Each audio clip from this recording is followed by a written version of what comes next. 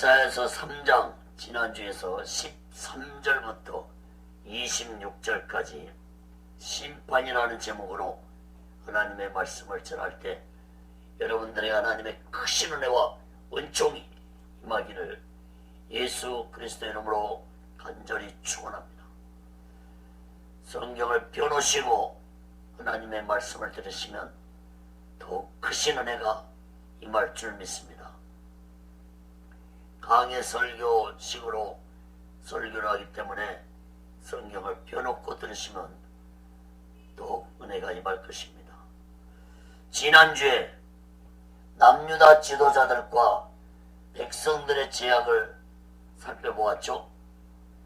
이사야 선지자는 이러한 남유다가 죄로 인해 멸망하였다고 완료형으로 선포하고 있습니다. 이사야 3장 8절에 보면은 예루살렘이 멸망하였고 유다가 엎드려졌으면 멸망하였다고 완료형으로 말씀하죠. 남유다의 멸망은 주전 586년에 멸망했으므로 이사야 선지자 150년 이후에 멸망이 이루어졌습니다. 그런데 이사야 선지자가 남유다에 대한 멸망을 완료형으로 멸망을 했다고 말할 수 있는 것은 남유다의 제약이 하나님 앞에 돌이킬 수 없을 정도라는 죄를 범하고 있다는 걸 의미하고 있습니다. 사랑하는 여러분, 오늘날 이 시대도 제약이 가득 찬 세상 속에서 인간들은 죄를 물먹듯이 먹으면서 살아가고 있습니다. 이렇게 악한 세상 속에서 죄를 회개하지 않냐고 살아간다면 이 세상 또한 저 남유다처럼 하나님의 심판을 피할 수 없을 것입니다. 여러분 집안에 청소도 하루만 안 해도 먼지가 쌓이고 더러워지는데 인간의 마음을 청소하지 않냐고 살아간다면 그 인생은 결국 죄로 인해 멸망하고 만다는 사실을 깨달아야 할 것입니다.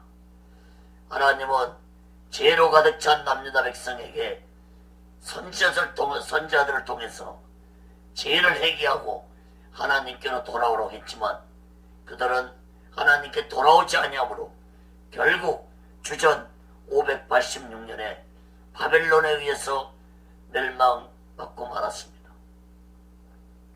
사랑하는 여러분, 오늘날도 다를 바 없습니다.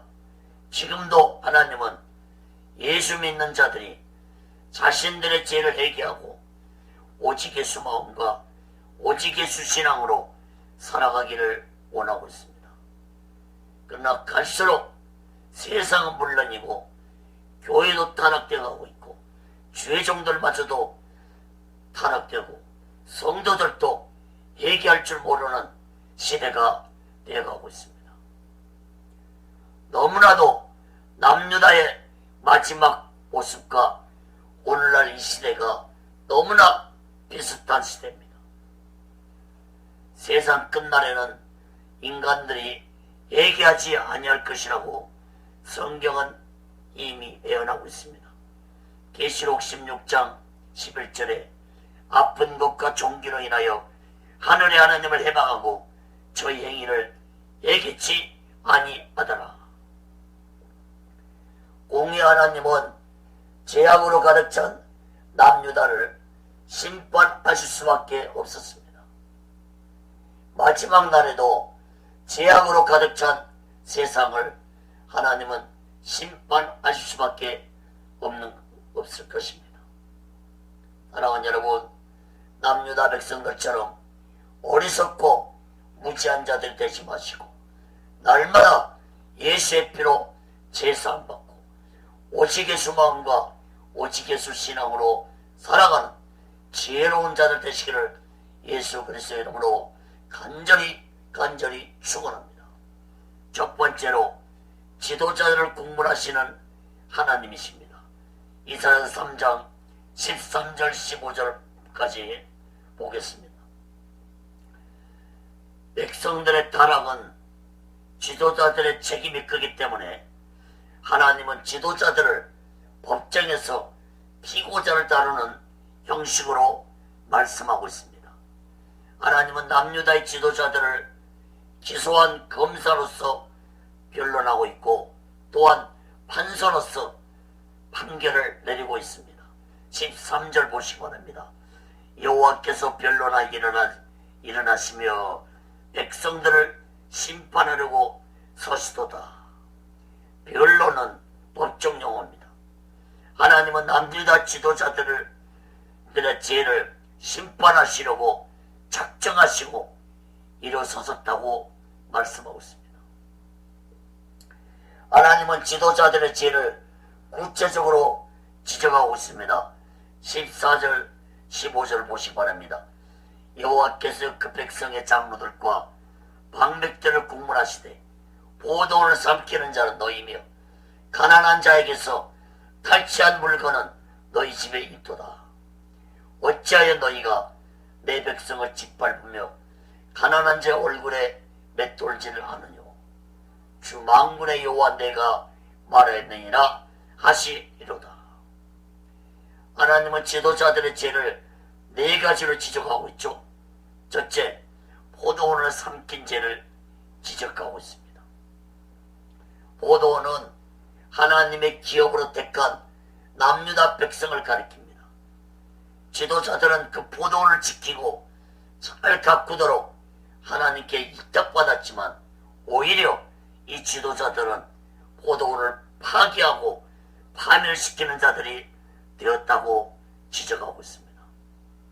지도자들은 하나님의 백성들을 올바로 가르쳐서 하나님을 잘 섬기도록 해야 하건만 지도자들은 그 사명을 감당하지 못했기 때문에 포도원을 삼키는 자들이 되고 말았습니다. 오늘날도 마찬가지입니다. 오늘날 죄종들도 하나님의 택한 백성들을 올바로 가르치지 않으면 하나님으로부터 포도원을 삼키는 자라고 책망을 받게 될 것입니다. 하나님의 핏값으로 산 교회를 자신의 이익을 위해서, 자신의 권력을 위해서, 자신의 부귀와 영화를 위해서 교회를 다스린다면 포도원을 삼키는 자라는 사실을 깨달을 할 것입니다. 오늘날 이 땅에 이런 모습들이 곳곳에서 일어나고 있는데 이러한 죄를 온전히 회개하지 않는다면 하나님의 심판을 피하지 못할 것입니다. 두 번째로 가난한 자의 물건을 탈취한 죄를 지적했습니다. 그리고 세 번째는 내 백성을 짓밟은 죄를 지적했습니다. 네 번째는 가난한 자 얼굴에 맷돌질하는 죄를 지적했습니다. 두 번째, 세 번째, 네 번째는 백성들을 괴롭히고 짓밟고 학대하고 하는 죄를 언급하고 있습니다. 어떻게 이런 자들을 지도자들이라고 할 수 있겠습니까?